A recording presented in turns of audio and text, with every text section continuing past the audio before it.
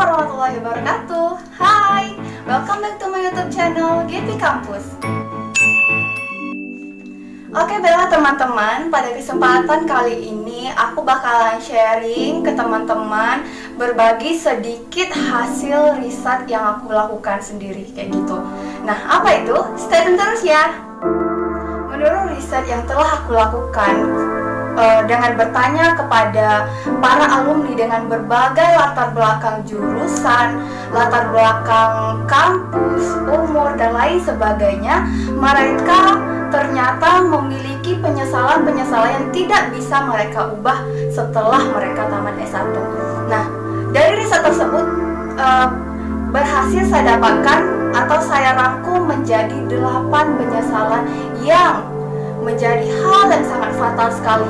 Nah, untuk itu teman-teman yang masih menjalani proses S1 dan untuk teman-teman yang belum menjalani proses dunia kampus atau belum masuk kuliah yang masih SMA, silakan dengarkan ini baik-baik dan jangan sampai mengulang kesalahan yang sudah dilakukan oleh para alumni.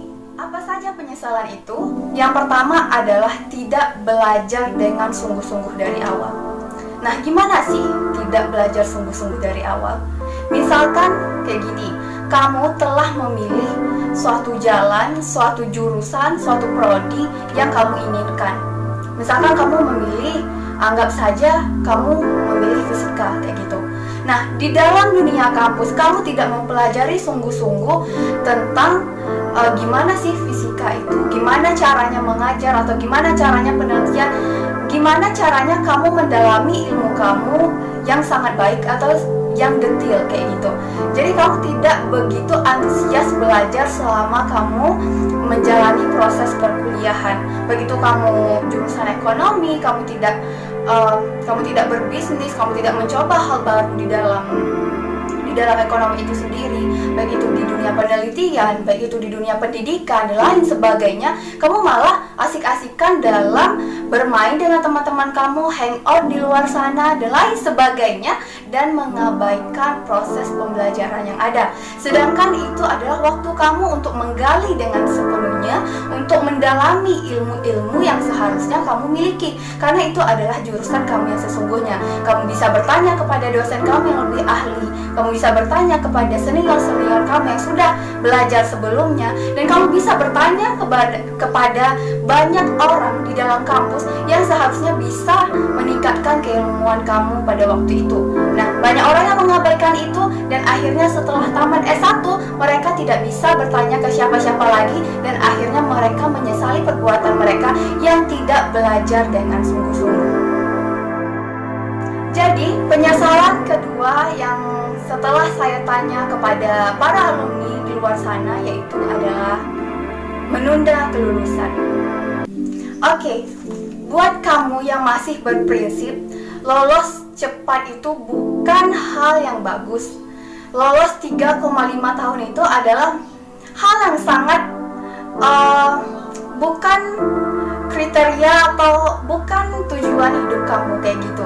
Nah, coba sekarang ini kamu tukar pola pikir kamu bahwa tamat 3,5 tahun atau tamat tepat, maksimal tamat tepat waktu itu adalah hal yang sangat mengagumkan bagi kedua orang tua kamu.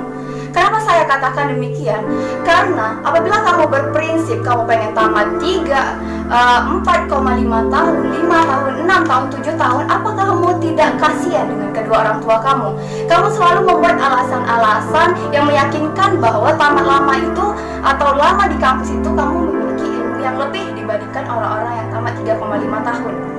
Nah, kamu masih berprinsip seperti itu, sedangkan kedua orang tua kamu di rumah bersusah payah mencari uang buat kamu, dana buat kuliah kamu, dan lain sebagainya untuk memenuhi kebutuhan kamu selama kamu kuliah. Kamu hanya berpikiran seperti itu kayak gitu. Nah, apa sih keuntungannya tamat cepat? Yang pertama, dasarnya aja ya, maksudnya hal yang paling kecil aja, kamu tidak bayar kos untuk 4 tahun, kamu bisa bayar kos cuma 3,5 tahun kayak gitu.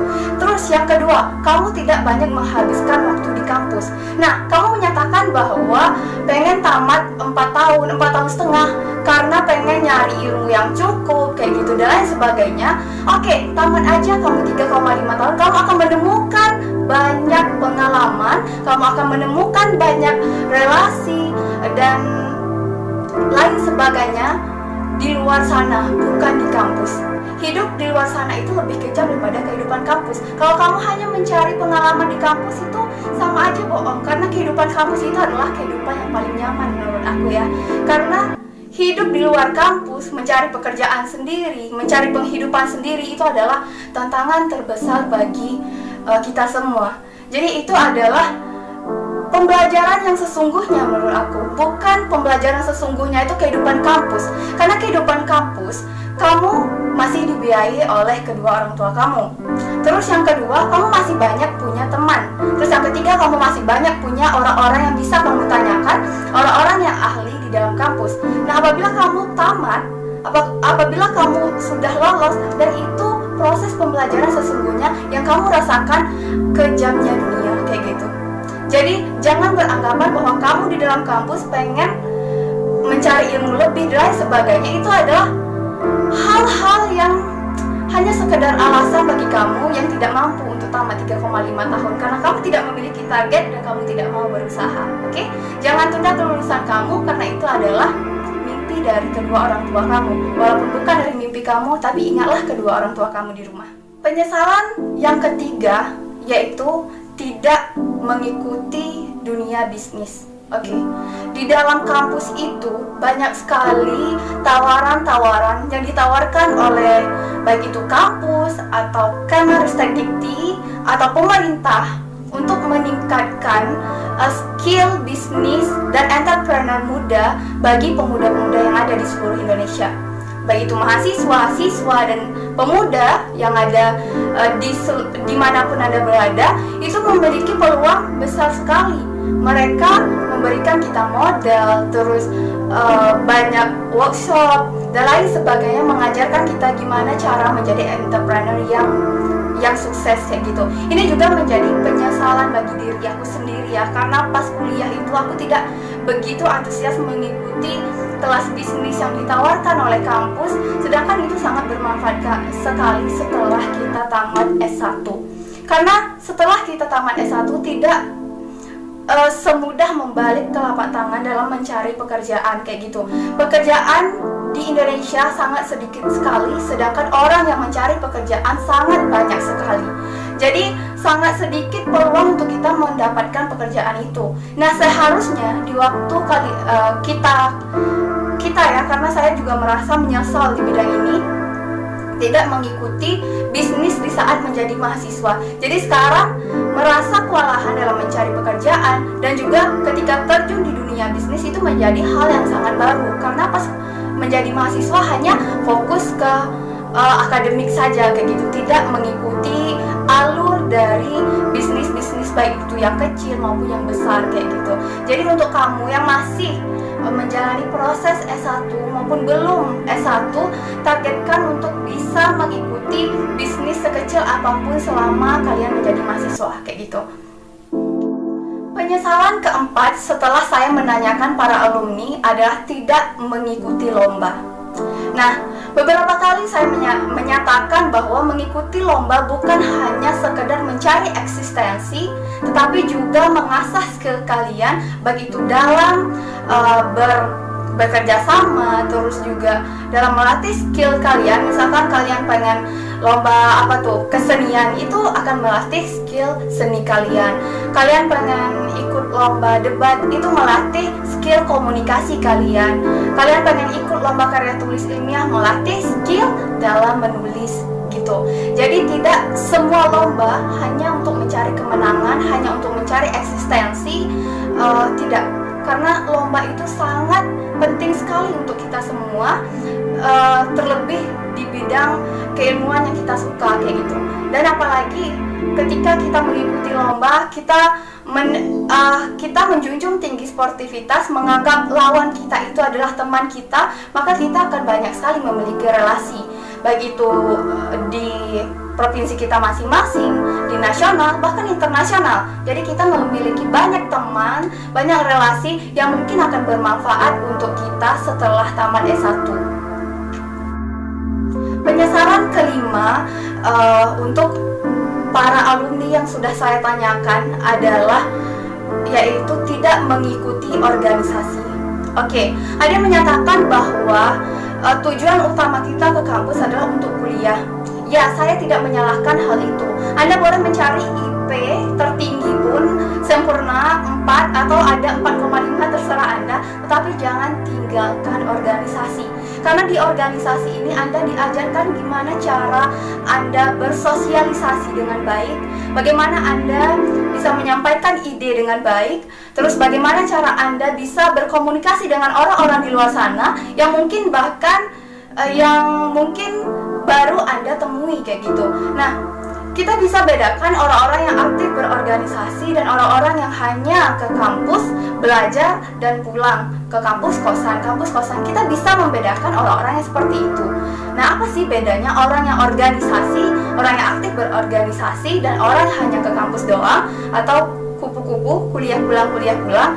Itu bedanya adalah orang yang aktif organisasi lebih loyal kepada orang lain, lebih cepat beradaptasi dimanapun mereka berada. Misalkan dia keluar kota sendirian, mereka lebih mampu mencari teman yang banyak, yang baik, dan bahkan itu bisa menjadi keluarga mereka karena mereka udah sering melakukan komunikasi, udah sering berorganisasi dan sebagainya di dalam kampus kayak gitu. Jadi tidak ada salahnya teman-teman semua yang masih menjalankan S1 dan juga teman-teman yang mungkin masih menjadi siswa, ikutlah organisasi. Tidak ada ruginya jika teman-teman ikut organisasi, karena organisasi akan melatih Anda menjadi manusia yang lebih baik lagi. Baik, adapun penyesalan keenam dari para alumni itu adalah mengabaikan kesempatan. Jadi kesempatan itu, ada yang menyatakan kesempatan itu tidak datang 2 kali, itu benar. Itu sangat benar. Karena kesempatan itu hanya diperuntukkan oleh orang-orang yang beruntung saja. Misalkan sekali sudah diberi kesempatan, terus kalian tolak, kalian abaikan. Nah, jangan berharap kesempatan itu bisa datang untuk kedua kalinya, karena kesempatan itu bakalan datang lagi ke orang-orang yang lain. Tidak hanya kamu yang ada di kampus, tidak hanya kamu yang menjadi mahasiswa, tapi banyak orang, beribu-ribu orang menjadi mahasiswa, dan kesempatan itu bisa jadi berpindah tangan ke tangan orang lain. Maka jika kamu memperoleh suatu kesempatan, maka jangan sia-siakan kesempatan itu. Jika kamu ditantang untuk melakukan sesuatu, maka tantanglah diri kamu sendiri. Karena tidak ada yang bisa melakukan itu kecuali diri kamu sendiri, kayak gitu.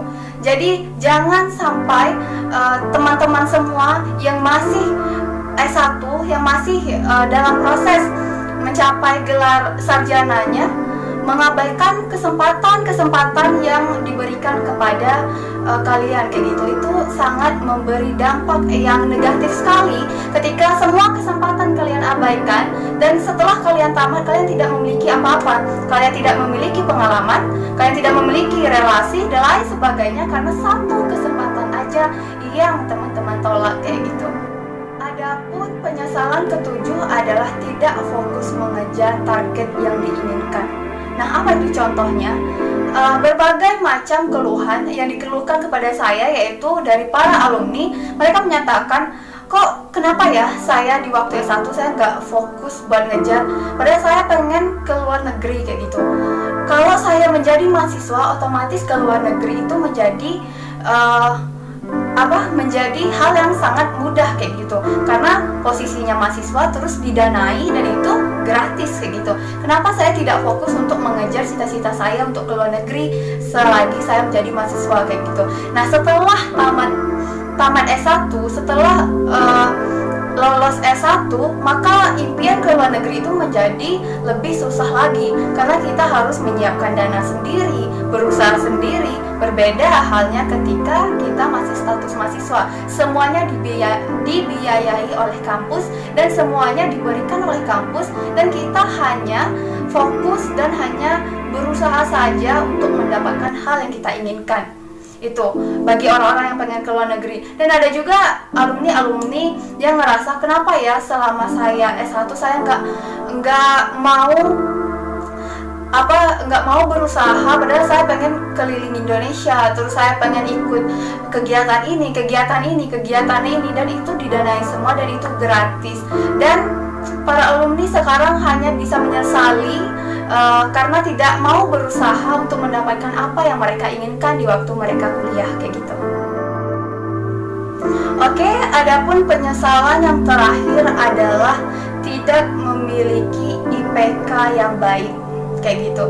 Nah, boleh saja teman-teman semua beranggapan bahwa IPK itu bukan segalanya. Ya, bukan segalanya, karena unsur dari kehidupan ini banyak sekali. Tapi buat kita semua, buat kalian dan buat aku juga, IPK itu adalah hal yang sangat penting sekali.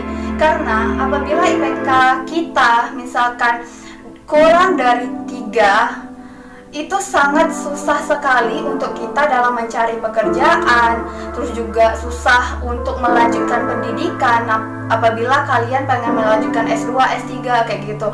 Dan itu sangat menjadi penyesalan yang sangat fatal, karena IPK itu nggak bisa dirubah. Walaupun kita nangis darah sekarang, kita pengennya dapat IPK seharusnya 3,5 kayak gitu, 3,4, dan sekarang IPK kita cuma 2,5 dan sebagainya. Itu karena kita yang tidak memiliki target untuk memiliki IPK yang cukup dalam mencari pekerjaan dan juga melanjutkan kuliah, kayak gitu.